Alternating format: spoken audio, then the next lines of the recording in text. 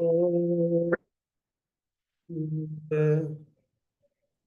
वासुदेवाय।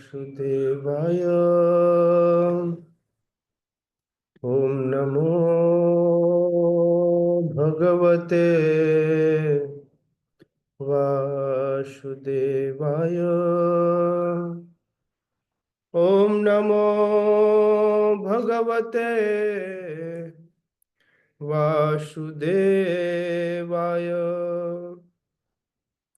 नारायणं नमस्कृत्य नरं चैव नरोत्तमं देवीं सरस्वतीं व्यासं ततो जयमुदीरये।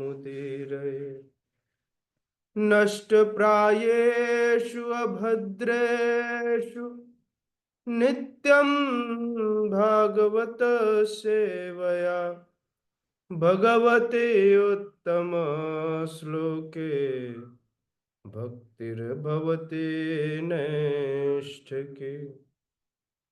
कृष्णाय वासुदेवाय देवकी नंदनाय च नंदगोपकुमाराय गोविंदाय नमो नमः। ओम अज्ञानतिमिरन्धस्य ज्ञानञ्जनशलाकया चक्षुरुन्मीलितं येन तस्मै श्रीगुरवे नमः। श्रीचैतन्यमनोभीष्टं स्थापितं येन भूतले स्वयं रूपः कदा मह्यं ददाति स्वपदान्तिकम्। वन्देऽहं श्रीगुरुः श्रीयुतपदकमलं श्रीगुरुन् वैष्णवांश्च श्रीरूपं साग्रजातं सहगण रघुनाथान्वितं तं सजीवं साद्वैतं सावधूतं परिजनसहितं कृष्णचैतन्यदेवं श्रीराधा कृष्णपादान् सहगण ललिता श्रीविशाखान्वितांश्च नमो विष्णुपादाय कृष्णपृष्ठाय भूतले श्रीमते भक्तिवेदांत स्वामिनिति नामिने। नमस्ते सारस्वती देवे गौरवाणी प्रचारिणे निर्विशेष शून्यवादी पाश्चात्य देश तारिणे।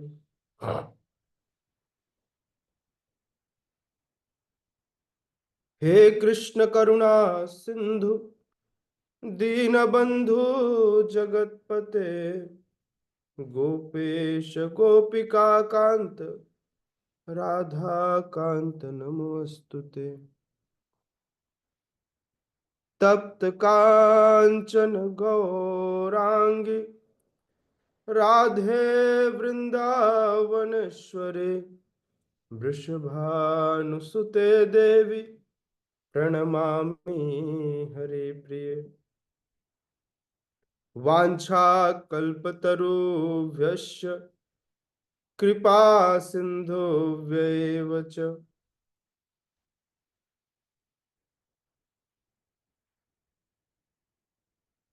पतितानां पावनेभ्यो वैष्णवेभ्यो नमो नमः। जय श्री कृष्ण चैतन्य प्रभु नित्यानंद श्री अद्वैत गदाधर शिवासादि गौर भक्त वृंद। हरे कृष्णा कृष्णा कृष्णा हरे हरे हरे राम राम राम हरे हरे। हरे कृष्णा। स्वागत है आप सभी का श्रीमद् भगवद गीता के इस सुबह के सत्र में। आप सभी श्रवण कर रहे हैं भगवत वाणी भगवद गीता। कल आपने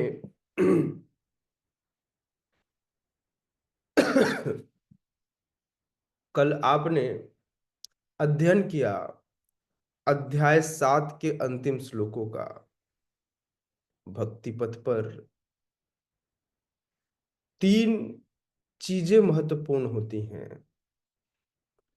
पहला संबंध, दूसरा अभिधेय और तीसरा प्रयोजन। भगवान ने पहले बताया कि जीवात्मा और उनके बीच में अर्थात परमात्मा के बीच में, कृष्ण के बीच में क्या संबंध है, कौन है जीवात्मा और कौन है परमात्मा। और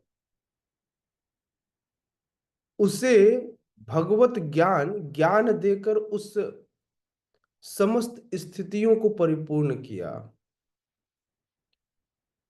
अब भगवान यह बता रहे हैं करना क्या है।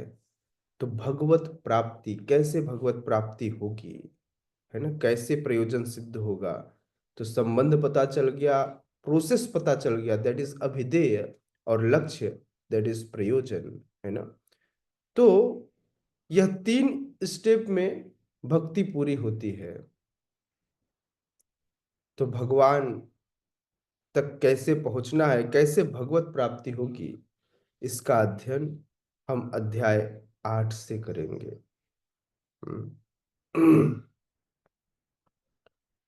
इस अध्याय की शुरुआत होती है अर्जुन के प्रश्न से। अर्जुन प्रश्न करता है भगवान से। जब भगवान ने यह भगवत ज्ञान दिया और भगवान ने बताया कि जब व्यक्ति यह जान ले कि मेरी चेतना में कैसे युक्त रहना है, कैसे मुझे समस्त चीजों का भोक्ता मानना है, कैसे यह सारे कार्य करने हैं, जब व्यक्ति यह जान ले तब यह समझना चाहिए कि वह मृत्यु के समय अर्थात जीवन के अंतिम क्षण में भी मुझे याद रख पाएगा और उसका जीवन पूरा हो सकेगा। जब अर्जुन ने भगवत ज्ञान के इस विषय को सोचा तो अर्जुन के दिमाग में एक बात कौंध गई। अर्जुन कहता है, अर्जुन उवाच किम तद ब्रह्म किम ध्यात्म किम कर्म पुरुषोत्तम अधिभूतम च किम प्रोक्तम अधिदैवम किमुच्यते। अर्जुन उवाच किम तद ब्रह्म किम ध्यात्मम् किम कर्म पुरुषोत्तम अधिभूतम च किम प्रोक्तम अधिदैवम किमुच्यते।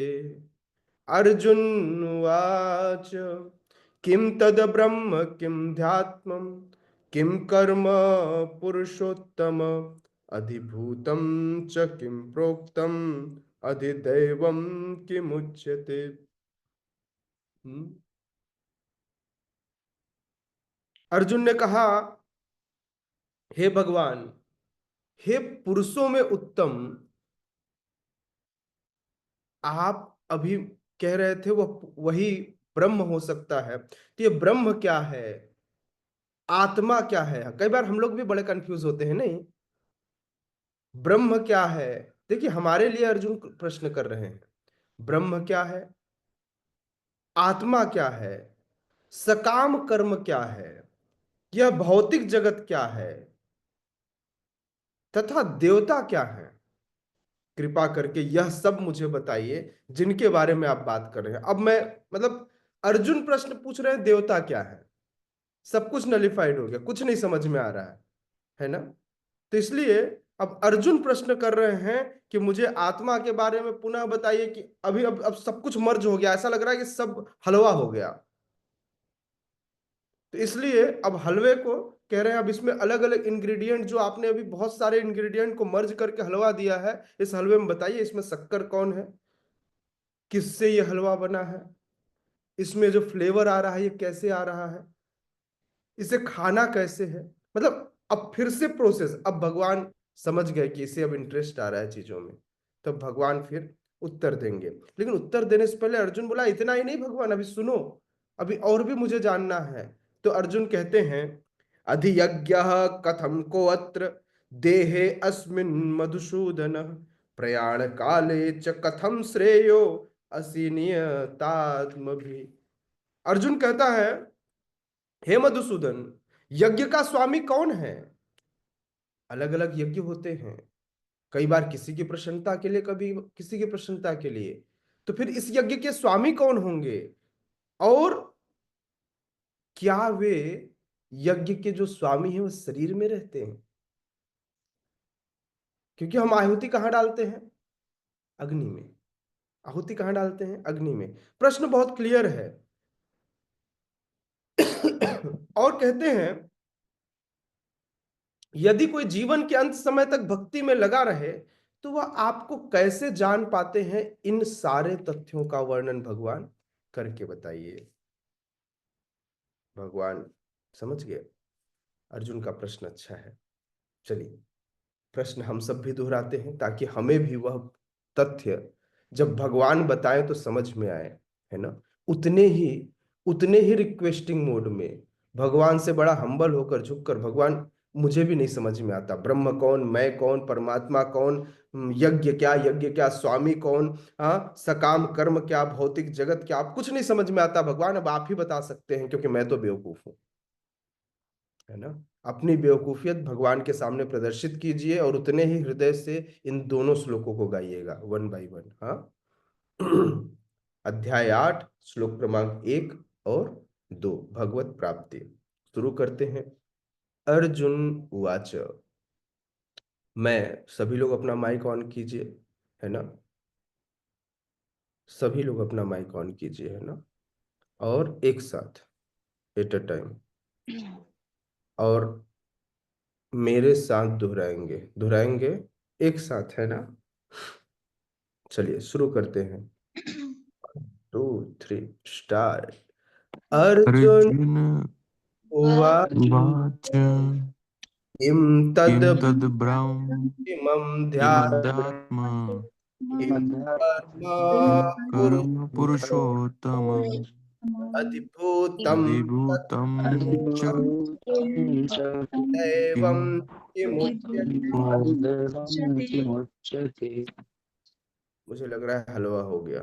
अब ऐसा करते हैं, पहले मैं पहला पार्ट पढ़ूंगा, आप दूसरा पार्ट पढ़ेंगे, मैं तीसरा पार्ट पढ़ूंगा, आप चौथा पार्ट पढ़ेंगे।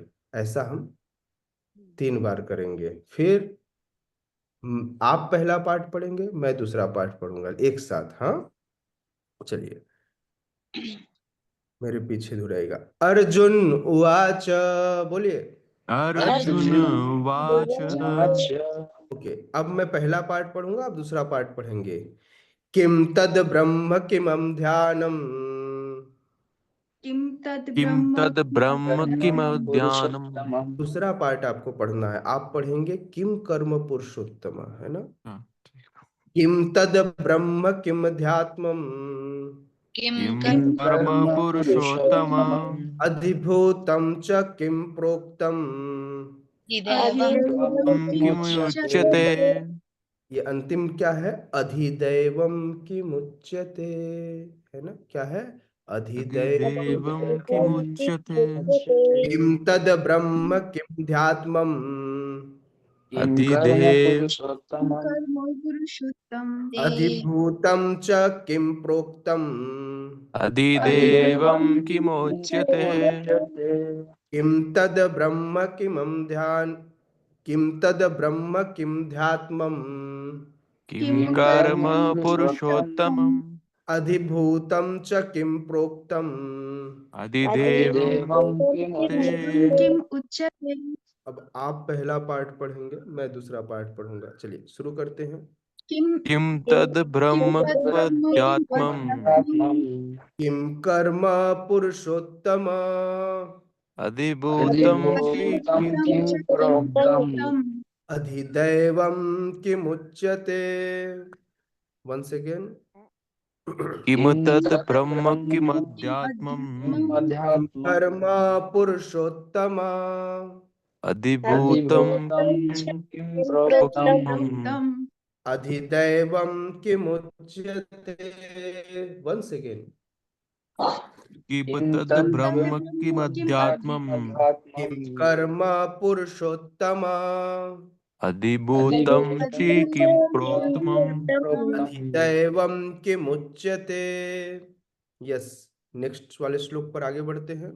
फिर से मैं एक बार पूरा पढ़ के सुनाता हूं, ध्यान से सुनिएगा। फिर मैं पहला पार्ट, आप दूसरा पार्ट, मैं तीसरा पार्ट, आप चौथा पार्ट, ठीक है। अधियज्ञं कथं कोत्र देहे अस्मिन् मधुसूदन प्रयाण काले च कथं ज्ञेयो असि नियतात्मभिः। अधियज्ञः कथं कोत्र देहे अस्मिन् मधुसूदन प्रयाण काले च कथं ज्ञेयो असि नियतात्मभिः। ओके। फर्स्ट पार्ट मैं पढ़ता हूँ, सेकेंड पार्ट आप पढ़ेंगे।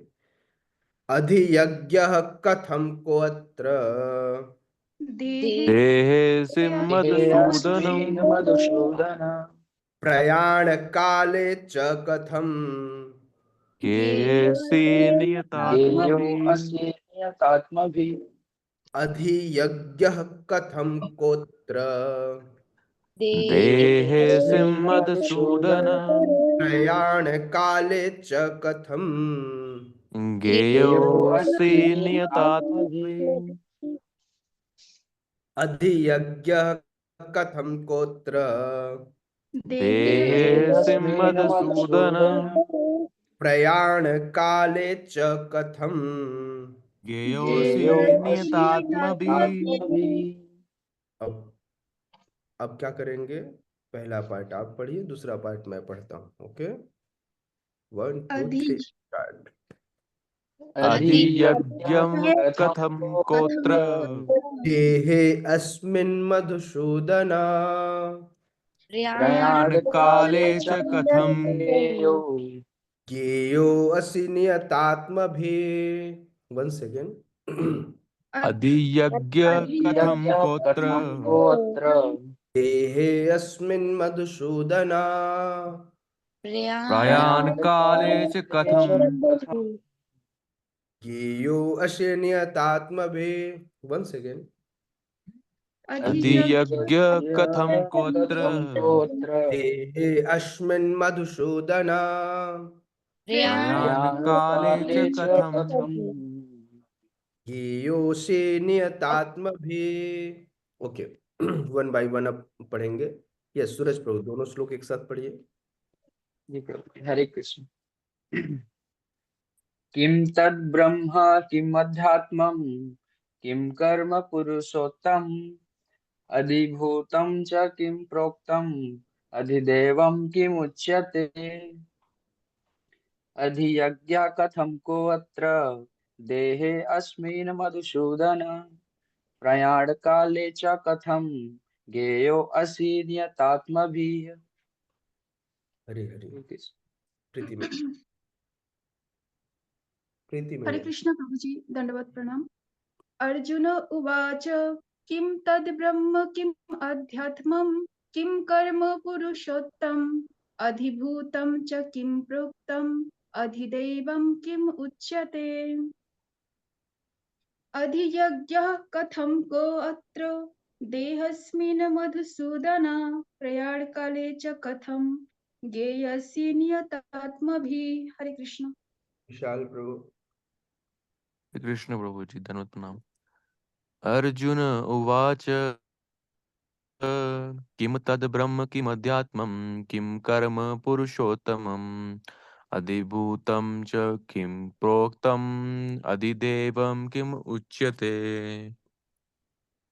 अधियज्ञः कथं कोत्र देहेऽस्मिन् मधुसूदन प्रयाणकाले च कथं ज्ञेयोऽसि नियतात्मभिः। अंजलि मैया। हरे कृष्ण प्रभु जी, दंडवत प्रणाम। अर्जुन उवाच किं तद् ब्रह्म किं ध्यात्मं किं कर्म पुरुषोत्तम अधिभूतं च किं किं प्रोक्तमधि देवं किम् उच्यते अधियज्ञ कथं कोत्र देहे श्रीमन्मधुसूदन प्रयाणकाले च कथं ज्ञेयोऽसि नित्यात्मभिः। ओके, आश्रिता मैया। हरे कृष्ण प्रभु जी, दंडवत प्रणाम। अर्जुन उवाच की तद् ब्रह्म किम् अध्यात्मम् किं कर्म पुरुषोत्तम अधिभूतं च किं प्रोक्तम् अधिदैवं किमुच्यते अधियज्ञः कथं कोत्र देहे अस्मिन् मधुसूदन प्रयाणकाले च कथं ज्ञेयो असि नियतात्मभिः। हरे कृष्ण। यश कबीर प्रभु, 8वां अध्याय, पहला और दूसरा श्लोक। हरे कृष्ण प्रभु जी, दंडवत प्रणाम। विनोद प्रभु। अर्जुन उवाच किं तत् ब्रह्म किम अध्यात्मम् किं कर्म पुरुषोत्तम अधिभूतं च किं प्रोक्तम अधिद्वैतम किम उच्यते हरे हरे। और कोई पढ़ सकता है? अधियज्ञः कथं कोत्र देहे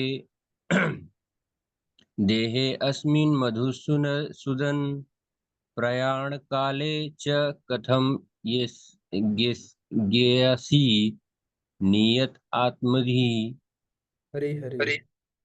thank you project. Yes, anyone else? कोई और बचा है जो पढ़ना चाहेगा?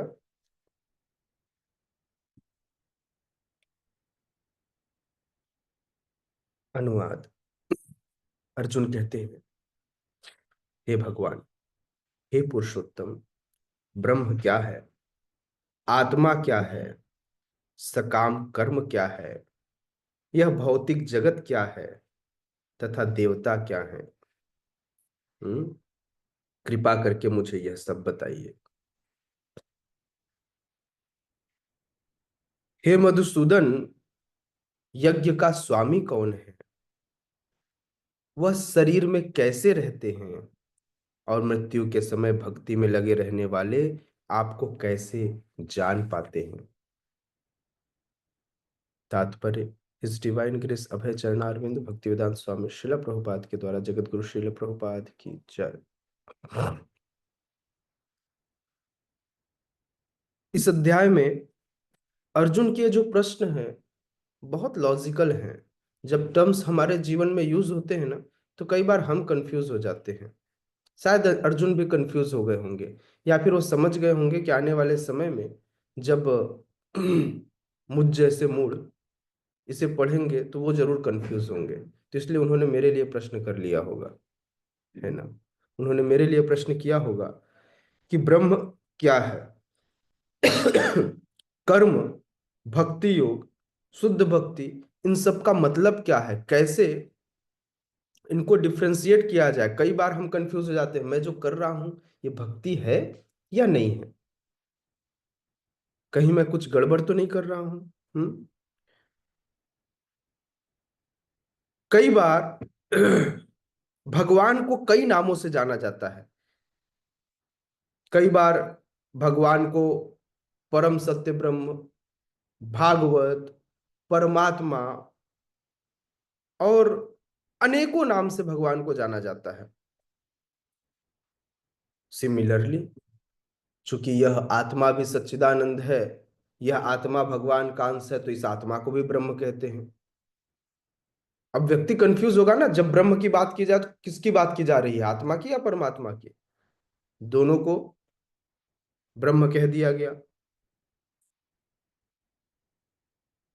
तो अर्जुन आत्मा के विषय में भी पूछते हैं, क्योंकि इस आत्मा के कारण ही शरीर, मन, बुद्धि आदि का बोध होता है। और वैदिक कोश में है, वैदिक कोश में आत्मा का अर्थ मन, आत्मा, शरीर तथा इंद्रियां भी होता है। कई बार किसी श्लोक में आत्मा शब्द आएगा और उसका मतलब मन होगा। शिला प्रभुपाद शब्दार्थ में उसका अर्थ मन लिखेंगे। कई बार आत्मा शब्द आएगा, उसका मतलब होगा शरीर। जैसे कई बार वैदिक कोश में देवताओं को भी भगवान कह दिया जाता है, बार बार नहीं, एकाध बार। गुरु को भी भगवान कह दिया जाता है ना। परशुराम आए तो जनक महाराज कहते हैं, हे भगवान, आप तो सब कुछ जानते हैं।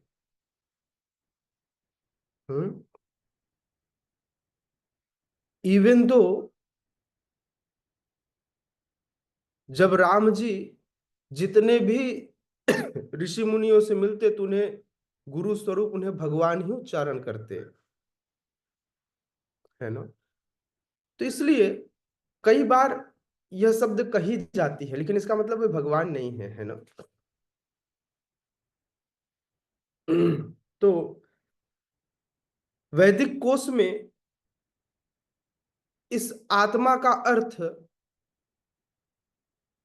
इस आत्मा का अर्थ कई बार शरीर से, कई बार मन से, और कई बार अलग अलग इंद्रियों से भी होता है। क्या हुआ माता जी, कोई टेंशन वाली बात है? किस शादी का माता जी? हरे बहुत कृष्ण प्रभु जी। नहीं नहीं नहीं प्रभु जी, कुछ नहीं। बहुत स्ट्रेसफुल लग रही है, तो मुझे लगा नहीं नहीं प्रभु जी। ठीक है।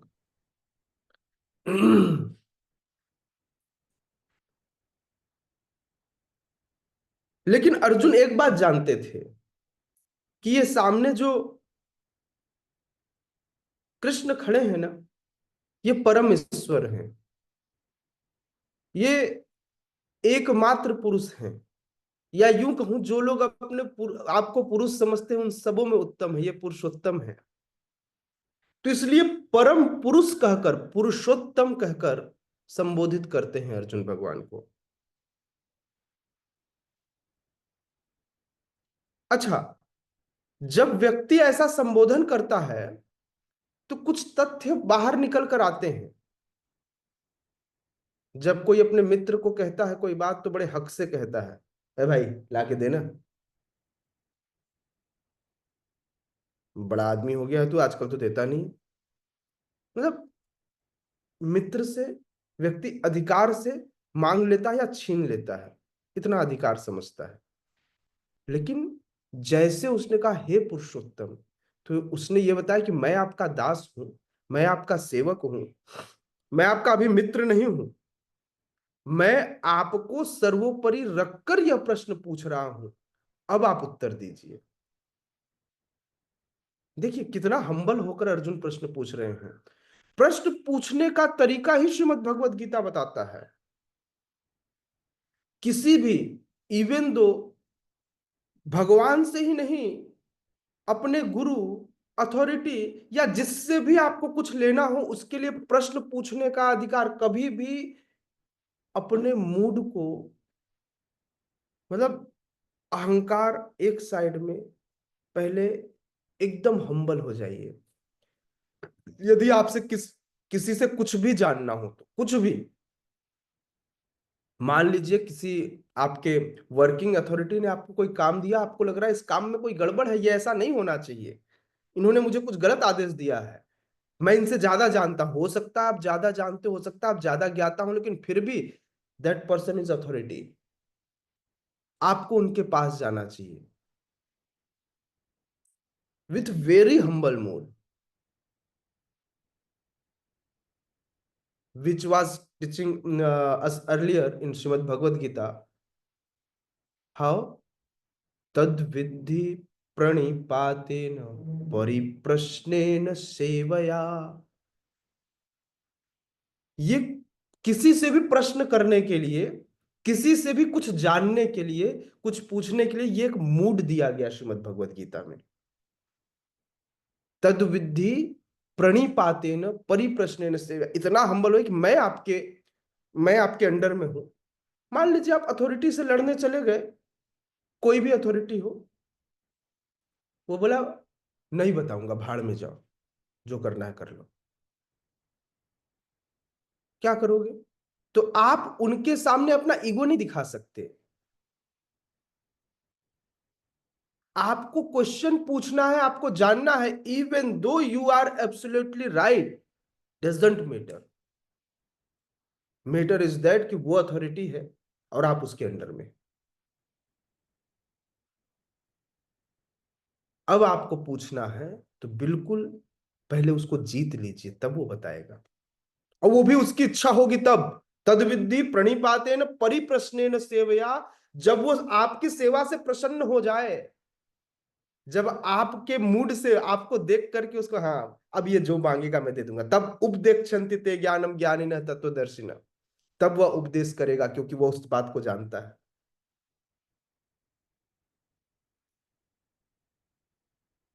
कुछ भी नहीं पूछ लेना चाहिए, कभी भी नहीं पूछ लेना चाहिए। गुस्से में जाकर प्रभु जी आपने ऐसा कैसे कर दिया, बोले मैं तुम्हारा बॉस हूं, जो चाहूंगा वो करूंगा, तुम कौन, निकलो यहां से, नहीं करना तो। समझ में आ रहा है? अगर कोई चीज हो जाए तो ये निकेन प्रकार तद विद्धि, किसी भी तरह जाकर अपने आप को सरेंडर कीजिए। प्रणिपातेन, जाकर सरेंडर कर दीजिए, मैं आपका हूं। मैं आपका हूं। तब जाकर के सेवा करते हुए, प्रसन्न करते हुए प्रश्न पूछिए कि आपने आज जो कहा, मुझे इसमें थोड़ा सा डाउट है, क्या इसे क्लियर करेंगे क्या? तब उपदेक्षन्ति ते ज्ञानम, तब वह उस पर प्रकाश डालेंगे। क्यों? क्योंकि वे ज्ञानिनः तत्वदर्शी, क्योंकि वे तत्वदर्शी हैं, उस तत्व को जानते हैं जिसके बारे में उन्होंने आदेश दिया। अगर नहीं जानते हैं तो आप रेफरेंस लेकर जाइए कि मैंने यहां पर पढ़ा था, क्या ये इसके अनुरूप है क्या, या फिर आप कुछ और कहना चाह रहे थे, मैं नहीं समझ पाया, कृपया समझा दीजिए। समझ में आ रहा है? समझ में आ रहा है मूड क्या होना चाहिए वैष्णवों का, है ना? हम कैसे प्रश्न कर सकते हैं, कैसे पूछ सकते हैं? कई बार हम अहंकारवश, लगता है प्रभु जी मुझे पता है, आप भी पढ़ो, आपको मैं गलत कह रहा हूं क्या? नहीं, आप गलत नहीं कह रहे हैं, but your attitude is wrong.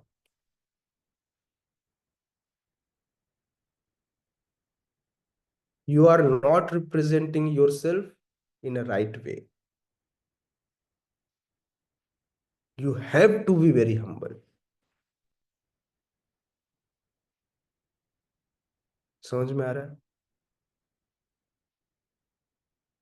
That's वैष्णव, यही वैष्णव परंपरा है, नहीं तो गड़बड़ हो जाएगा।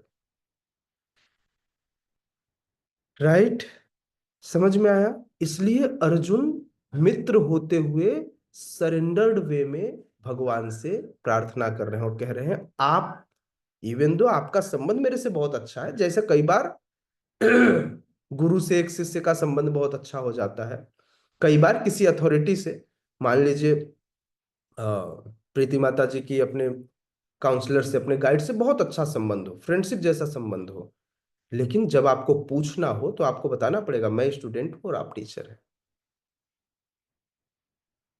हो सकता है आपके साथ बहुत कैजुअल हो, बहुत अच्छा सब कुछ आपके साथ करते हो, लेकिन जब आपकी जरूरत, आपकी है ना, आपको जरूरत है, तो जब आपको जरूरत है तो आपको अपना एटिकेट शो करना होगा। ये एटिकेट है। समझ में आया? आगे बढ़े।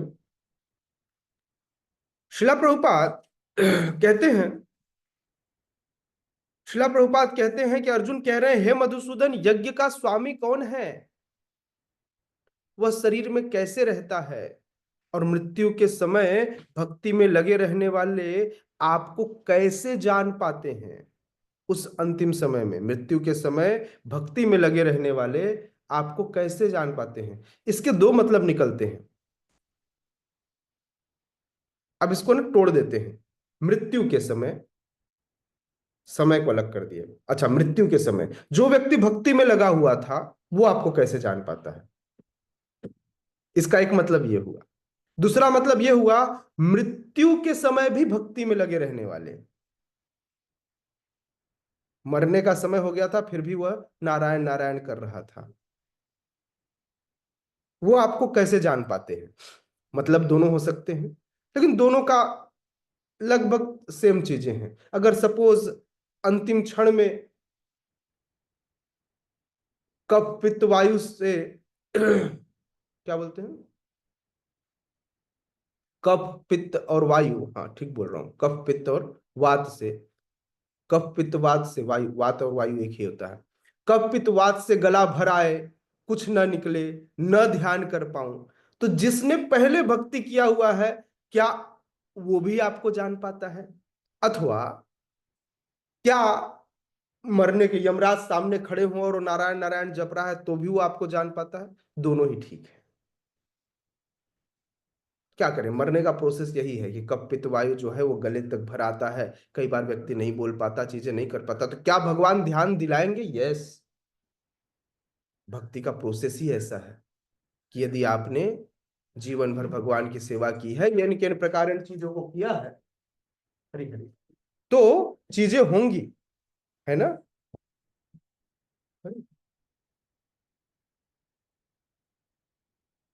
आप सबके लिए नरसिंह देव भगवान का प्रसाद आया है, खूब सारा, पूरा एक झोला भर के, है ना? नीचे संकीर्तन चल रहा है। देखिए, मैं जो बात कह रहा हूं इसका मतलब, हमारे, मेरे अभी जो गाइड हैं, मेरे जो अभी गुरु हैं जो मुझे सिखा रहे हैं, वो कहते हैं कि यदि आप कोई बात कहें और उस समय शंखनाद घंटी कीर्तन आदि आपको अचानक सुनाई दे दे तो आप समझ लीजिए आपकी बात गारंटेड हो गई। तो इसका मतलब यह है कि भक्तों को अगर ऐसी मृत्यु प्राप्त हो तो उस समय चीजें क्या होंगी, भगवान उन्हें याद दिलाएंगे। लेकिन फिर भी मैं तो सिर्फ इसका, अब तात्पर्य में जाते शिला प्रभुपाद क्या कहते हैं, है ना? तो मैं कह रहा था कि मतलब उस समय भी याद आ जाए, कृष्ण याद आ जाए, और न भी याद आए तो कृष्ण आपको याद दिलाएंगे, याद दिलाएंगे। बोले मैं हूं बेटा, चिंता क्या हो सकता नहीं है, मैं हूं। वो आपके सामने आकर खड़े हो जाएंगे, जो जो कोई नहीं देख पाएगा वो भी वो भगवान को सामने देखता है। इवन तो यमदूत बगल में खड़े होंगे, यमदूत, वैसे आपको मजे की बात बताऊं, यमदूत हरि नाम लेने वालों के पास नहीं आते, कंठी माला पहनने वालों के पास नहीं आते, तिलक लगाने वालों के पास नहीं आते, ठीक है? इनके पास यमदूत नहीं आते। अगर भक्ति पूरी नहीं हुई तो बोले प्रभु जी भक्त फिर तो गड़बड़। मान लीजिए भक्ति उसने अच्छे से नहीं की, यमदूत आ नहीं रहे, नरक जाएगा नहीं, भगवत धाम जाने योग्य हुआ नहीं, तो क्या होगा? प्रेत बन जाएगा, भूत बन जाएगा। समझ में आ गया? ऐसा व्यक्ति, हाँ, अच्छी बात यह है कि भगवान उसको मौका देते हैं, नेक्स्ट मौका, लेकिन तब तक वह भक्तों के बीच में कभी बंदर बन के, कभी मतलब भक्तों के बीच में ही रहता है, भक्ति पूरी नहीं हो जाती तो, और बाकी समय जब तक उसका पूरा नहीं होता तब तक वो भूत बन के भटकता रहता है। बहुत आसान नहीं होता है, हाँ, बस नरक नहीं जाता, यमराज का अधिकार खत्म हो जाता है। तो इसलिए पूरा कर लीजिएगा, हाँ, नहीं तो भटकना पड़ेगा, वो वाली लाइफ अच्छी नहीं है, right? What Shila Prabhupada said, शिला प्रभुपाद कहते हैं अधियज्ञ,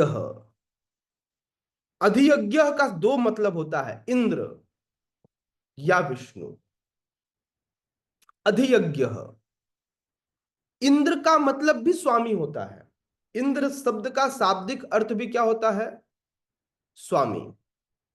जैसे मुनिंद्र मतलब जितने मुनियों में महामुनि हुए, है ना? तो इंद्र का मतलब भी स्वामी होता है।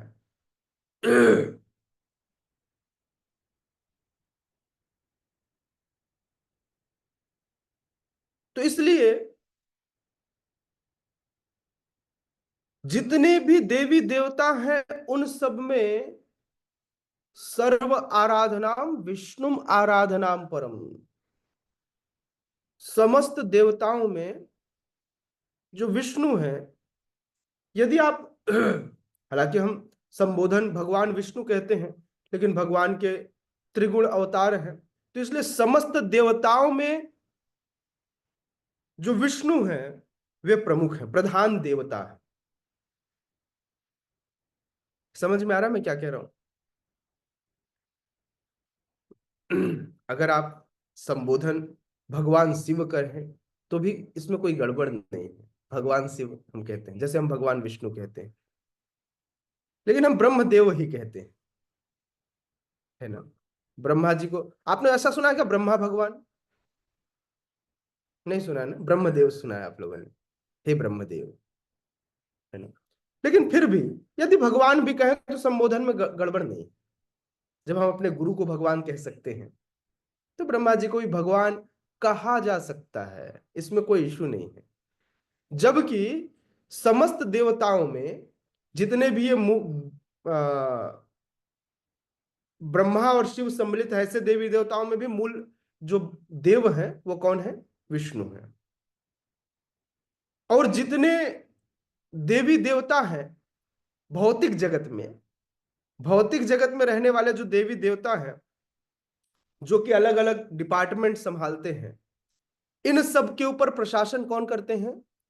इंद्रदेव। कौन करते हैं? इंद्रदेव। अब जब यज्ञ होता है ना, तो यज्ञ में दोनों ही तरह से, दोनों ही, इंद्र की भी पूजा की जाती है और भगवान विष्णु की भी पूजा की जाती है। किंतु अब अर्जुन का प्रश्न, क्योंकि भाग तो इंद्र को भी मिलता है, समस्त देवी देवताओं का आवाहन किया जाता है, इंद्र को भी आवाहन किया जाता है, लेकिन अर्जुन का प्रश्न बहुत क्लियर है। अर्जुन कहता है,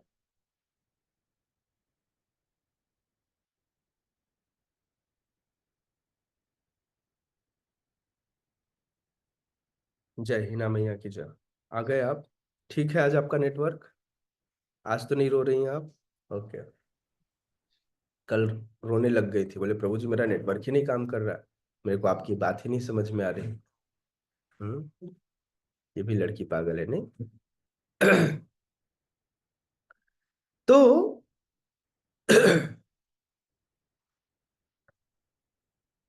अर्जुन का प्रश्न बहुत क्लियर है कि अधियज्ञ शब्द का मतलब इंद्र भी है, विष्णु भी है। अब मुझे बताइए इस यज्ञ के एक्चुअल स्वामी कौन है, और किस तरह से हर जीव के अंदर, हर जीव जब शरीर धारण करता है, हर जीव जब इस भौतिक जगत में आता है, तो कैसे परमात्मा उसके साथ होते हैं, कैसे परमात्मा उसके साथ होते हैं, कैसे उसके साथ निवास करते हैं, इस बात की भी व्याख्या कीजिए।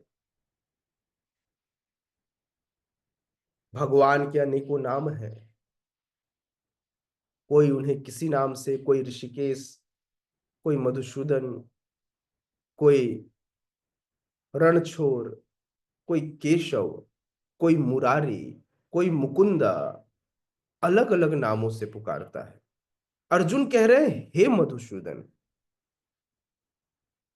इसके दो तात्पर्य हैं। एक तात्पर्य तो यह, एक तात्पर्य तो यह कि भगवान आपने मधु नाम के राक्षस को मार दिया, इसलिए आप उसको तारने वाले हैं। लेकिन दूसरा तात्पर्य है, भगवान आप मेरे अंदर के मधु को कब मारेंगे? मेरे अंदर भी तो मधु निवास करता है, मैं भी तो उसी की तरह अहंकारी हूं। तो हे मधुसूदन, आपने उस मधु को तो मार दिया, मेरे अंदर जो असुरत्व है उसका नाश आप कब करेंगे? कृपया उसका भी समन कीजिए। तो इसलिए मधुसूदन कहते हैं हे मधुसूदन, ताकि हमारे अंदर का भी असुरत्व खत्म हो सके। समझ में आ रहा है मैं क्या कह रहा हूं? कई बार हम लोग इस तथ्य को नहीं समझ पाते, है ना, लेकिन तथ्यों को समझना चाहिए कि मधुसूदन केवल मधुसूदन कहने के लिए नहीं कहा गया, यह बताया गया कि भगवान उस मधु से, उस मधु नाम के राक्षस से बड़ा राक्षस मैं हूं, कृपया मेरे अंदर के असुरत्व का भी समन कीजिए।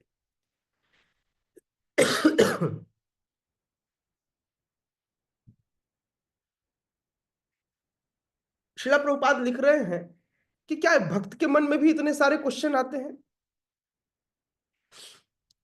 इतना एडवांस डिवोटी है, वो ये प्रश्न कर रहा है। कई बार कोई व्यक्ति प्रश्न करता है किसी के सामने, तो हम लोग कहते हैं इसको ये नहीं आता, कैसा प्रश्न पूछ रहा है। नहीं, हम लोग उसका मजाक उड़ाते हैं। बोले कल ही तो प्रभु जी बताए थे आत्मा क्या है। तो जितने प्रश्न अर्जुन ने अभी पूछे हैं, सारी बातें भगवान बता चुके कि नहीं बता चुके? बता चुके हैं सारी बातें। सकाम कर्म बता चुके, ब्रह्म बता चुके, सब बता चुके भगवान। आत्मा परमात्मा सब बता चुके। पुनः पूछ रहा है, मतलब उतनी बातों से भगवान मैं मूर्ख हूं, मुझे नहीं समझ में आया, मुझे और एक्सप्लेन कीजिए। तो जब कोई प्रश्न पूछता हो ना, तो उसे बेवकूफ नहीं समझना चाहिए। अगर अर्जुन ये प्रश्न पूछ सकते हैं, तो समझ लीजिए कि हम उसका मजाक उड़ाते हैं, मतलब हम बड़े बेवकूफ हैं जो मजाक उड़ाता है। प्रश्न तो आने ही चाहिए, पुनः बार बार पूछना चाहिए। नहीं समझ में आया, ओके। जब अर्जुन इतना सरल, भगवान नहीं समझ में आया, फिर से समझाओ, सब कुछ हलवा हो गया। एक बार ब्रह्म इधर, एक बार ब्रह्म इधर, एक बार यहाँ आत्मा, फिर परमात्मा, क्या कर्म क्या ये, फिर बोले भगवान को अंत में जान लो सब हो जाएगा। मेरे को कोई नहीं समझ में आया। बोले अब फिर से बताओ। नहीं समझ में आया। समझ में आ रहा है? इतनी बार भगवत गीता पढ़ ली है, किसने पूरा संसार छोड़ दिया? अभी भी लगता है प्रभु जी एक अच्छा लैपटॉप लेना है, प्रभु जी अच्छा पति चाहिए, नहीं हिना मैया, प्रभु जी हाँ सब चाहिए। जैसे देखो पति का नाम लिया गायब हो गई। हाँ? संकेत अच्छा है नहीं? तो व्यक्ति को जीवन में अगर भगवत गीता समझ में आ जाता, तो सब कुछ मिल जाता। जीवन में कोई कष्ट होता ही नहीं। यदि आप अपने जीवन में कष्ट का अनुभव करते हो, दैट मीन्स आपको भगवत गीता नहीं समझ में है। किसी भी व्यक्ति के जीवन में कष्ट आएगा ही नहीं यदि उसने भगवत गीता पढ़ा हुआ है। इसका मतलब हमने भगवत गीता नहीं पढ़ा, इसलिए हमारे जीवन में कष्ट आता है या हम कष्ट का अनुभव करते हैं। कष्ट का अनुभव होगा ही नहीं। भगवत गीता पढ़ने वाले को कैसा कष्ट? इसका मतलब आज तक हमने भगवत गीता नहीं पढ़ा। समझ में आ रहा है मैं क्या कह रहा हूं?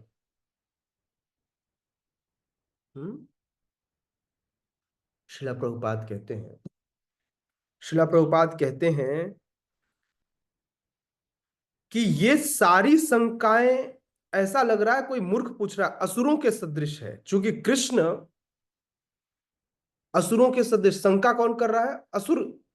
तो बोले यह बताना चाह रहे हैं अर्जुन, अर्जुन कह रहे हैं कि आप असुरों को मारने के सिद्धस्त हैं, तो मेरे अंदर जितनी ये शंकाएं हैं जो असुर के स्वरूप में है, इतनी शंका होनी नहीं चाहिए। मेरे अंदर ये शंकाएं क्यों आती हैं? क्योंकि मैं आप पर पूरा भरोसा नहीं कर पाता, तो ये असुरत्व है। बोले ये सारी शंकाएं कौन है? असुर है मेरे अंदर उपस्थित है। जब तक शंका रहेगी, जब तक आपको किसी के ऊपर बिलीव नहीं होगा, तब तक आप, जब तक आपको सामने वाले के ऊपर पूरा फेथ नहीं होगा, तब तक आप उसके साथ कार्य नहीं कर पाएंगे। नहीं समझ में आया? यदि आपको पता, मान लीजिए आपको मेरे ऊपर फेथ ना हो कि प्रभु जी अच्छा पढ़ाएंगे, तो आप मुझसे पढ़कर भी संतुष्ट नहीं होंगे। That's a belief system. हाँ, बिलीफ सिस्टम यही होता है। मान लीजिए आप किसी ड्राइवर के ऊपर आपको भरोसा ना हो, फेथ ना हो, तो आप उसकी गाड़ी में नहीं बैठेंगे। किसी डॉक्टर के ऊपर फेथ ना हो तो उससे इंजेक्शन लगवाने जाएंगे क्या? बोले पता नहीं कहाँ लगा देगा भाई, दर्द होगा। नहीं, सही लगाएगा नहीं लगाएगा। दैट मीन्स फेथ सिस्टम काम करता है। तो कह रहे हैं सबसे पहले भगवान मैं सरेंडर करने को तैयार हूं, लेकिन इन शंकाओं को खत्म कीजिए। शंका बन के फेथ कंप्लीट नहीं हो पा रहा है, शंका बन के मेरे हृदय में बैठे हुए हैं। तो ऐसे शंका रूपी, ऐसे शंका रूपी असुरों को मारिए। आपने मधु नाम के असुर को मारा, ये भी मधु असुर के सदृश है। इस असुरों को भी मार दीजिए, इन शंकाओं को भी समन कर दीजिए। अब एक शब्द आता है इस श्लोक में जिसका नाम है प्रयाण काले। प्रयाण मतलब जाने के समय, मतलब मृत्यु के समय। तो मृत्यु के समय यह शब्द बहुत महत्वपूर्ण इसलिए है क्योंकि जीवन भर, कल इस पर बात कर रहे थे आशिता माता जी और हमारे प्रीति में, यहाँ जीवन के अंत समय की बात कर रहे थे ये लोग। मृत्यु काल। आप लोग भी उसका पार्ट थे, उस डिस्कशन का। तो बोले हम जीवन भर जो करते हैं उसकी परीक्षा एक्चुअली अंतिम में होती है। इसका बड़ा अच्छा एग्जाम्पल दिया था असिता मैया ने कि हम साल भर पढ़ाई करते हैं लेकिन परीक्षा लास्ट में देते हैं, है ना। तो उसी तरह से हम जीवन भर जब अभ्यास करते हैं भक्ति की तो उसकी परीक्षा मृत्यु के समय में होती है। लेकिन फिर भी इसमें घबराने की कोई बात नहीं है। मेरे पुराने तथ्य को प्रीति मैया ने उठाकर एक बात कही थी कि कोई चिंता की बात नहीं, यदि मृत्यु के समय अगर नहीं भी याद आए तो कृष्ण उसको भी क्या करते हैं, उसको भी मान लेते हैं, कृष्ण उसे भी एडजस्ट करते हैं, है ना। तो मृत्यु के समय याद दिलाते हैं या खुद सामने आकर खड़े हो जाते हैं, बोले अब तो याद कर, अब सामने खड़ा हूं। परमात्मा यहां से निकलकर बाहर खड़े हो जाते हैं, बोले मैं ही हूं, है तुम्हारा साथी। तो इसलिए बहुत टेंशन वाली बात नहीं भक्तों को। अंत काले च मामेव स्मरण मुक्त्वा कलेवरम। अब मैं इस श्लोक का एक भक्त बड़ा अच्छा मतलब बता रहे थे, तो उन भक्त के इस मतलब से मैं बहुत खुश हुआ। अंत काले च मामेव स्मरण मुक्त्वा कलेवरम, बोले अगर अंत समय में भी, उन्होंने एक शब्द जोड़ दिया भी, अगर अंतिम समय में भी कृष्ण याद आ जाए तो आपको कृष्ण प्राप्त होंगे। तो सोचिए जो जीवन भर कृष्ण कृष्ण कृष्ण कृष्ण कृष्ण कर रहा था, क्या उसे कृष्ण प्राप्त नहीं होंगे? बहुत अच्छा मतलब है ना, मतलब हृदय खुश हो गया सुनकर के, वाह ये बड़ा अच्छा है। अंत काल में भी, इसका एक्चुअली मतलब होता है जो अंत काल में कृष्ण को याद कर पाए, लेकिन कृष्ण नहीं याद आता, लेकिन फिर भी इसका दूसरा मतलब हमारे आचार्यों ने भी कहा कि अगर अंत काल में भी कृष्ण याद आ जाए तो वह कृष्ण को प्राप्त करता है। अब सोचिए कि यदि जीवन भर कोई कृष्ण को याद करे तो भगवान क्या उसे कंसीडर नहीं करेंगे? ऑब्वियस है कंसीडर करेंगे, अवश्य कंसीडर करेंगे, है ना। इसलिए परेशान होने की कोई बात नहीं है, राइट। क्या समय हो गया? ओह, समय तो खत्म हो गया। ठीक है, मैं पढ़कर खत्म करता हूं।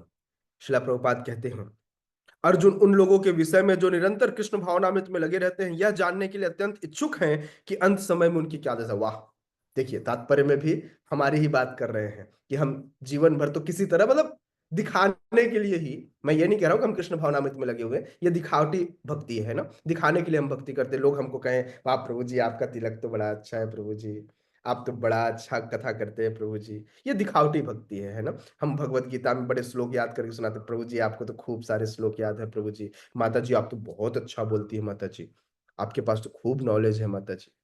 तो होता क्या है व्यक्ति, हाँ, तो मान लीजिए ये दिखावटी भक्ति भी हम कर रहे हैं, हम इस तरह से कृष्ण भावनामृत में अगर जीवन भर लगे तो हमारे लिए प्रश्न पूछ रहे हैं अर्जुन कि हम जैसे गधों का क्या होगा जो दिखाने के लिए भक्ति कर रहे हैं। मतलब मैं एक्चुअली अपनी बात कर रहा था, आप सब तो अच्छे भक्त हैं, है ना, क्योंकि मैं तो सिर्फ दिखाने के लिए करता हूँ, है ना।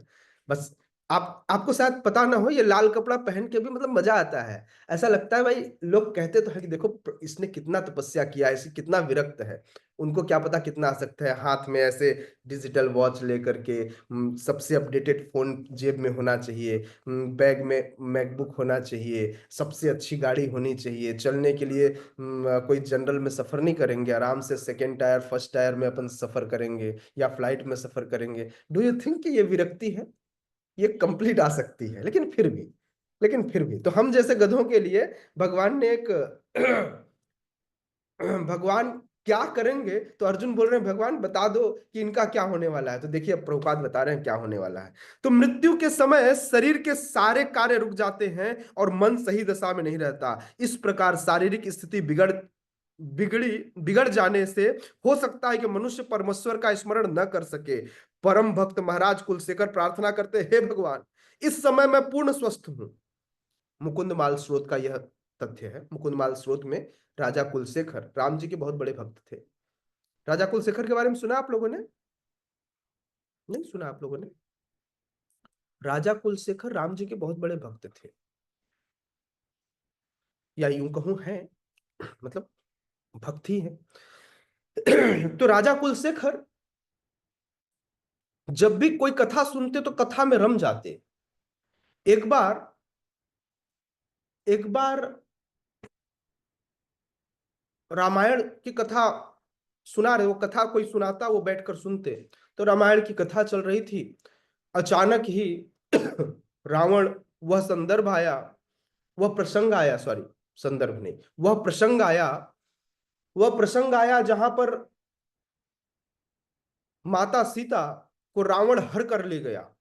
राजा कुलशेखर तुरंत उठ खड़े हुए और इतने गुस्से में, रावण की इतनी हिम्मत, बोले रावण मैं अभी आ रहा हूं तुझसे लड़ने, मेरी माता सीता को छूने की भी हिम्मत कैसे की, कैसे उसे तू ले गया। बोले मंत्री तैयार करो, सारे सैनिक तैयार करो, हमें लंका पर आक्रमण करना है, अभी रावण माता सीता को लेकर गया है। अब मंत्री सब तो जानते थे भाई, ये तो कथा चल रही थी, ऐसा तो अभी कुछ हुआ नहीं है, क्या तैयारी करें।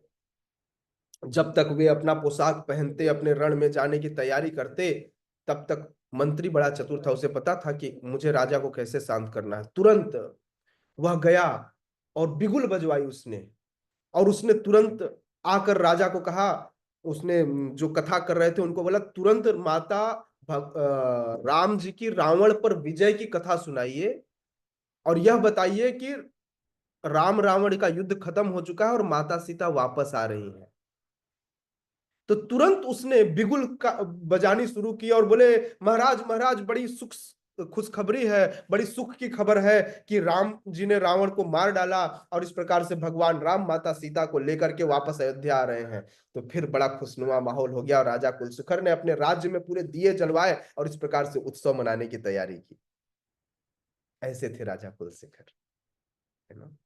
ठीक है, तो हम अभी स्वस्थ हैं, अभी भगवान का नाम ले लेना चाहिए। राजा कुलशेखर कहते हैं, मैं इस समय पूर्ण स्वस्थ हूं, अच्छा हो कि मेरे मृत्यु का समय अब भी आ जाए, क्योंकि मेरा मन रूपी हंस आपके चरण कमलों में अभी तो लगा हुआ है, कल लगा होगा या नहीं लगा होगा इसको नहीं कह सकते। यह रूपक इसलिए प्रस्तुत किया गया है क्योंकि हंस जो एक जल पक्षी है, वह कमल के पुष्पों को कुतरने में आनंद का अनुभव करता है, और इस तरह वह कमल पुष्प के भीतर प्रवेश करना चाहता है। महाराज कुलशेखर भगवान से कहते हैं, इस समय मेरा मन स्वस्थ है और मैं भी पूरी तरह स्वस्थ हूं। यदि मैं आपके चरण कमलों का चिंतन करते हुए तुरंत मर जाऊं तो मुझे विश्वास है कि आपके प्रति मेरी भक्ति पूर्ण हो जाएगी, किंतु यदि मुझे अपनी सहज मृत्यु की प्रतीक्षा करनी पड़े तो मैं नहीं जानता कि मेरा क्या होगा, क्योंकि उस समय मेरा शरीर कार्य करना बंद कर देगा, मेरा गला रूंध जाएगा, मुझे पता नहीं है कि आपके नाम का जप कर पाऊंगा नहीं। अच्छा तो यही होगा कि मुझे तुरंत मर जाने दें। अर्जुन प्रश्न करता है, ऐसे समय किस तरह कृष्ण के चरण कमलों में अपने मन को स्थिर व्यक्ति कर सकता है? डर लग रहा है? हमारा भी यही होने वाला है। हाँ, मरने के समय जैसा राजा कुलशेखर कह रहे वही स्थिति होगी।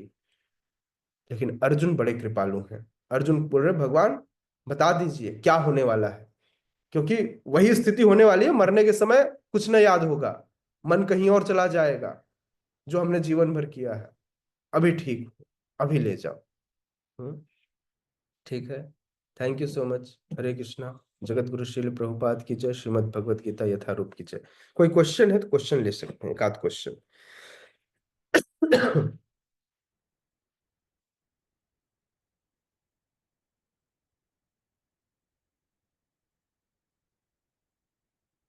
मान्या मैया कैसी हैं? उठ गई हैं, बिस्तर पे हैं?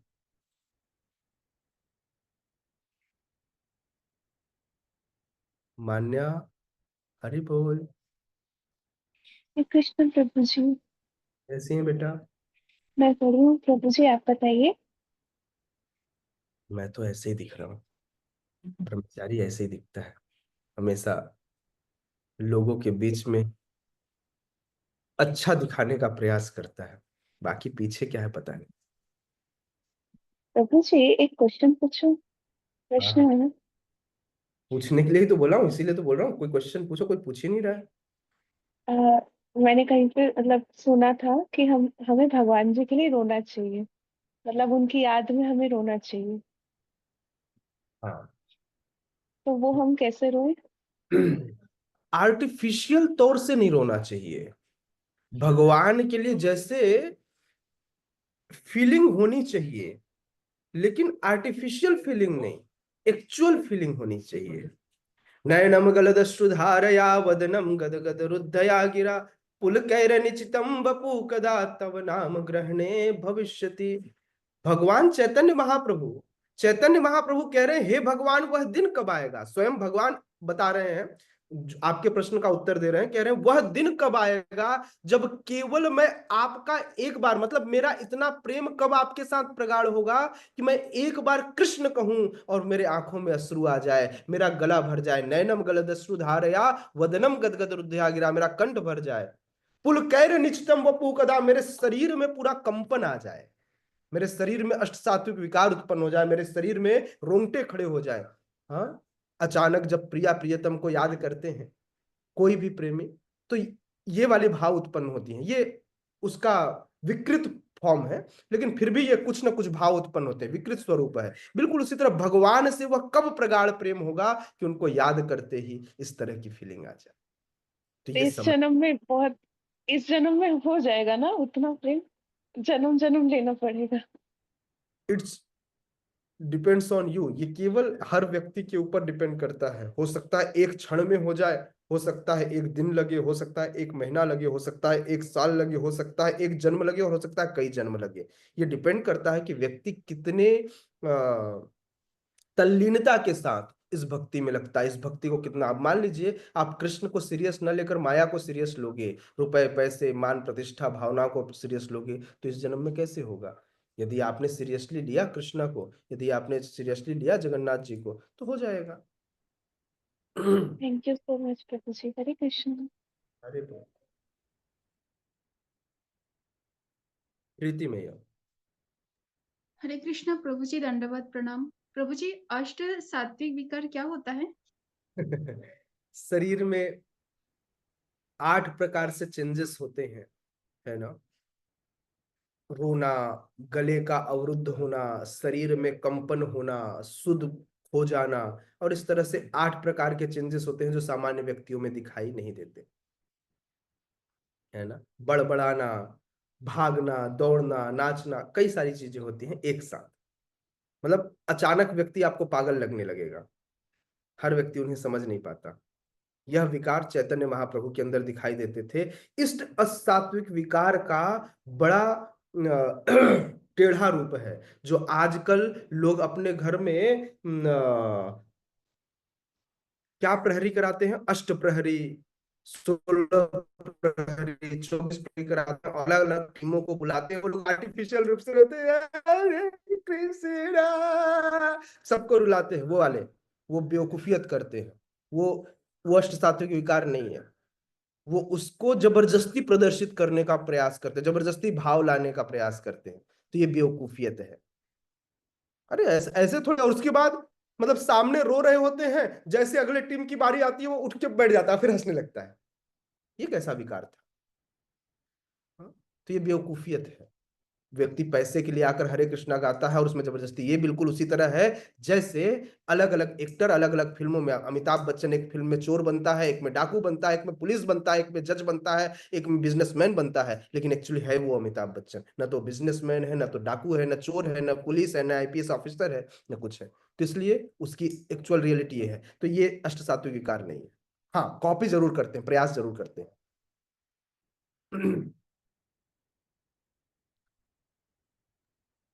जी प्रभु जी, हरे कृष्ण, धन्यवाद। Hare Krishna, thank you so much. Hare Krishna.